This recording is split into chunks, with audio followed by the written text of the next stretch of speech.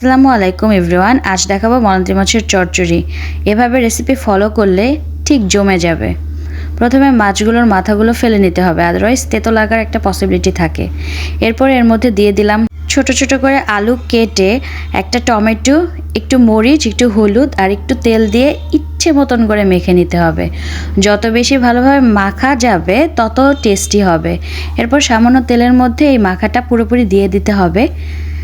এরপর কন্টিনিউয়াসলি নাড়তে হবে যেন নিচে লেগে না যায়। নিচে লেগে গেলে কিন্তু পুড়ে যাবে পুরোপুরিভাবে। তারপর একটু সময় ঢেকে দিব এবং ভেতর থেকে আরেকটু পানি চলে আসবে এবং এটাকে আরও ভালোভাবে নাড়াচাড়া করে নিতে হবে। আমরা এর মধ্যে আর বেশি পানি দিব না, কজ মাছটা এমনিতেই অনেক বেশি সফট থাকে। তার জন্য সামান্য পরিমাণে পানি দিয়ে নিলাম এবং এই পানিতেই আমাদের পুরোপুরি মাছটা কমপ্লিট হয়ে যাবে। তারপর একটু সময় নেড়েচেড়ে নিচ্ছি যেন সব কিছু ঠিকঠাকভাবে ক্লিয়ার হয় এবং তারপর আবার ঢেকে নিলাম। এই যে কালার এবং টেক্সচার দেখলেই বোঝা যাচ্ছে রান্না অলমোস্ট কমপ্লিট। এখন এই পানিটা জাস্ট কমে আসলেই আমাদের সব কিছু শেষ হয়ে যাবে। তার জন্য সামান্য ধনিয়া পাতা দিয়ে নিলাম এবং আরেকটু সময় ঢেকে নিলাম। এই যে রান্না একদম কমপ্লিট এবং আমরা সবাই খাওয়ার জন্য রেডি।